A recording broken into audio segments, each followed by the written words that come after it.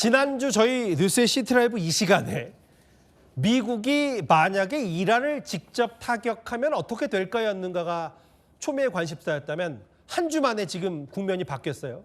미국과 유럽연합, 그러니까 미국과 EU가 이 그린란드 때문에 동맹을 깨고 무역 안보 전쟁을 벌일 수도 있다. 이걸로 지금 전 세계 이슈 국면이 바뀌었습니다. 제 옆에 이화여대 김인환 교수 나와 계십니다. 어서 오십시오. 안녕하세요. 예. 일단 뭐 크게 한번 맥을 짚어주시기 전에 저희가 준비한 화면부터 볼게요. 이게 그린란드 현장, 덴마크령의 그린란드 현장인데요. 지금 그린란드 일반 시민들의 저런 반 트럼프 집회는 물론이고 또 다른 화면으로 준비되어 있는 게 뭐냐면 몇몇 유럽 국가들이 아예 그린란드에 병력까지 파견했어요. 이걸 저희가 어떻게 봐야 됩니까? 이제 7개 나라라고 그러죠. 뭐 영국, 프랑스, 그다음에 노르웨이, 스웨덴 뭐 이렇게 해서 7나라가 약 40명을 그린란드에 지금 파견을 했다고 했습니다. 예.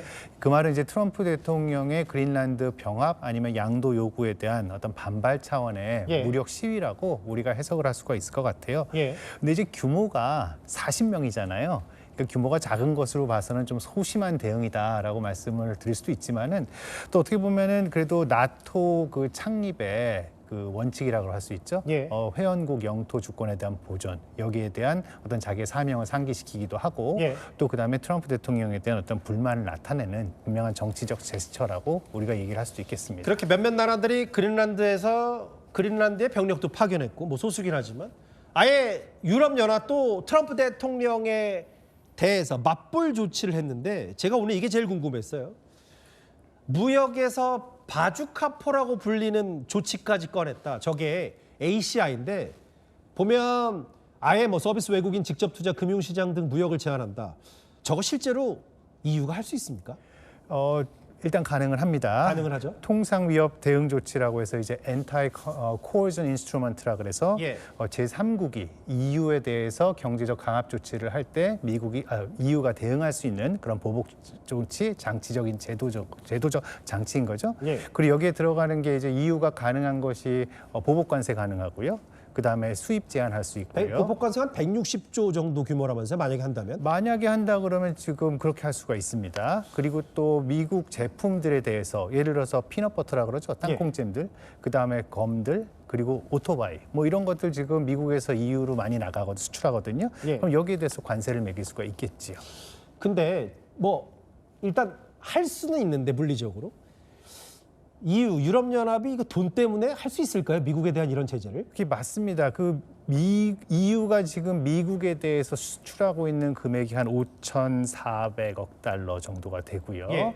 반면에 미국이 대유럽 수출액이 한 3,500억 달러. 그러니까 한 1,900억 달러 정도 차이가 나고 280조 원이니까 사실은 관세 전쟁이 벌어지고 무역 분쟁이 벌어지면은 사실 유럽에게 더 큰 타격이 되는 것은 맞습니다. 유럽이 밑지는 장사를 하는 거네. 만약에 관세 전선하면. 네, 그렇습니다. 예.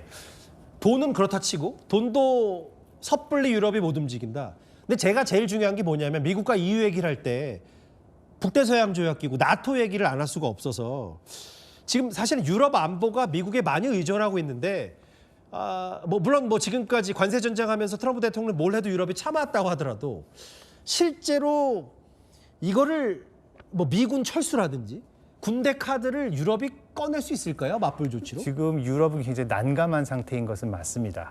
지금 유럽에 주둔하고 있는 미군의 규모가 약 8만 명이 넘는 것으로 알려져 있어요.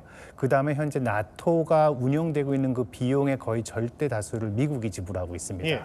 그다음에 이번에 지난 벌써 4년 정도 된 러시아 우크라이나 전쟁에서 우리가 확인한 것은 미국의 무기가 우월하다. 그다음에 또 정보자산, 지휘체계, 작전 운영 능력 이것이 다 미국의 어떤 도움이 없이는 우크라이나나 아니면 나토가 활동을 하기가 어렵다라는 것을 배운 상태거든요. 예. 그러니까 분명히 지금 유럽의 입장에서는 미국의 일방주의가 가속화가 되고 있는 상황에서 예. 어떻게 보면 미국과의 헤어질 결심 아니면 전략적 유럽의 전략적 자율성 이것을 확보해야 되는 노력이 필요하지만은 예. 이렇게 그린란드처럼 갑작스럽게 이슈가 터져 나오면은 굉장히 난감하고 좀 대응하기가 어려운 것도 있을 거고 유럽 국가들 사이에 여러 국가들 사이에 또 이해관계가 다르기 그렇죠. 때문에 조율의 어려움도 있을 것입니다. 잠깐만요. 아까 그 군사 그 유럽에 배치된 그 미군 부대 한번 다시 부탁드려도 될까요? 제가 김연한 교수 말씀을 쭉 들어보니까 뭐 각국마다 이해관계가 다르고 독일, 프랑스 뭐 이런 내려가는 유럽 국가들도 그럼 미국과 EU가 싸운다면 아예 EU가 게임도 안 되는 거네요. 간단하게 얘기하면. 군사적으로 말하면 말이 안 되는 것이죠. 싸움이 안 되는 것이죠. 그러니까 뭐 군사력뿐만 아니라 국가 뭐 이제 무역 규모 이런 것도 사실은 이렇게 단기간에 단기적 이슈, 단편적 이슈에서는 전혀 이길 수 있는 구조가 아니네요. 그러면. 그래도 미국 같은 경우도 사실은 이게 지금 긴장 관계가 악화되는 것, 악화 일로로 가는 것은 원치 않을 겁니다.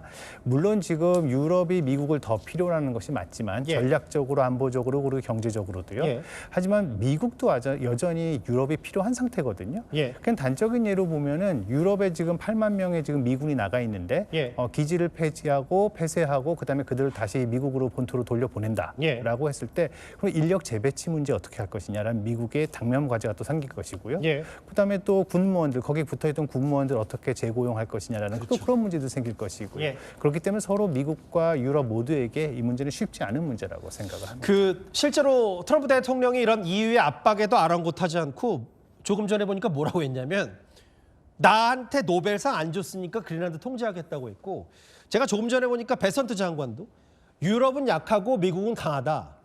당신들이 유럽이 아무리 뭐 그린란드에 병력 투입하고 뭐 실사학 훈련해도 전혀 문제 없다. 야 이거 강행하면 이거 만만치 않겠는데 앞으로 상황이요? 그래도 유럽이 반발을 할 것을 또 예상을 했었고요. 예. 거기에 대해서 미국이 알았어, 이해해라고 하지 않을 것도 우리가 사실 알고 있었습니다. 예.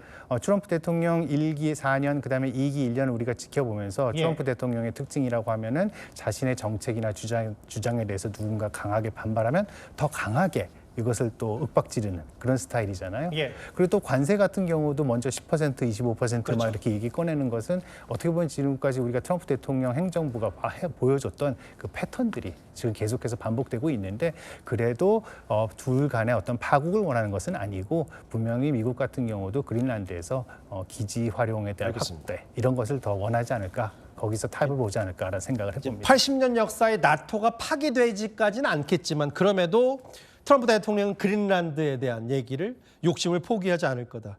김인환 교수와 함께 지금 미국이 때리고 있는 EU 얘기 하나하나 짚어봤습니다.